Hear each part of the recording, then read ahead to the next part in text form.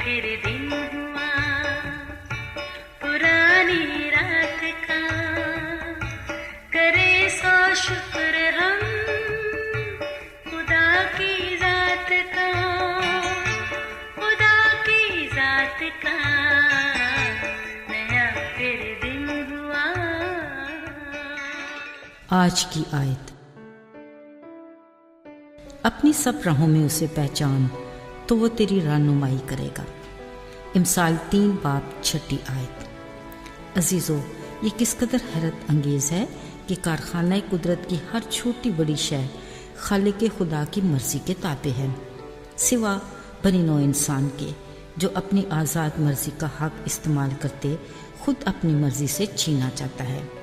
یاد رہے، آزاد مرضی بہت سی جسمانی خواہشوں کو جنم دیتی ہے، اور یہ خواہشات ہمارے دل کے آنگن میں ایسی رنگ برنگی تتلیاں بن جاتی ہیں جو ہمیں اپنے پیچھے بھگاتے بھگاتے کئی راستوں کی بھول بھلیوں میں ڈال دیتی ہیں۔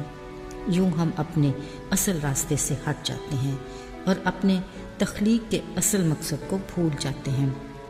عزیزو، ہماری یہ کیفیت اس شریر ابلیس کی خواہش کے عین مطابق ہے، اس لیے وہ ہر اس راہ میں گھات لگائے بیٹھتا ہے جو ہماری ناقص عقل اور محدود سوچ کی بدولت ہمیں سیدھی معلوم ہوتی ہے۔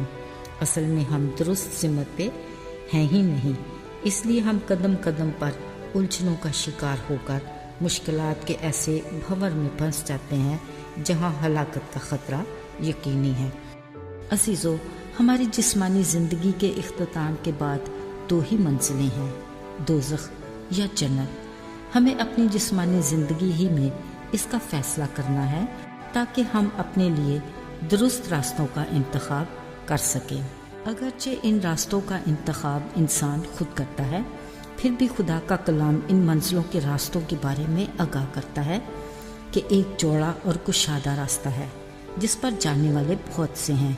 اگرچہ اس کی منزل ہلاکت ہے، مگر اس راستے پر مسافروں کو گائیڈ کرنے والا ابلیس ہے جو بڑی مہارت سے ان راستوں کو دلکش اور خوشنما بناتا ہے تاکہ مسافر پوری آزادی کے ساتھ بھرپور لطف اٹھا سکے۔ وہ لوگوں کو سہانے سپنے دکھاتا ہے۔ اس کا کہنا ہے کہ زندگی ایک بار ہی تو ملتی ہے، جی بھر کے عیش کرو، کل کی کس کو خبر کہ کیا ہو۔ اور پھر آزاد مرضی جینے والا انسان وہی کرتا ہے جو اس کا من چاہتا ہے۔ عزیزو، دوسرا راستہ سکڑا ہے جو زندگی کو پہنچاتا ہے، اس کے مسافر بہت کم ہیں۔ اس راستے کا گائیڈ خود مسیح ہے۔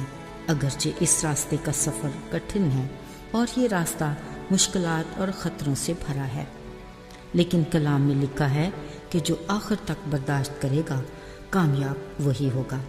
عزیزو، اس تنگ راستے کو گائیڈ کرنے والے نے یہ دعویٰ کیا ہے کہ راہ، حق اور زندگی میں ہوں، کوئی میرے وسیلہ کے بغیر باپ کے پاس نہیں آ سکتا۔ اس لیے بطور مسیحی ہمیں اسی ماہر گائیڈ یعنی یسوع کی ضرورت ہے، اور اسی کا کلام ہمارے قدموں کے لیے چراغ اور راہ کے لیے روشنی ہے، اور یہی کامیابی کے ساتھ درست منزل پر پہنچنے کی ضمانت ہے۔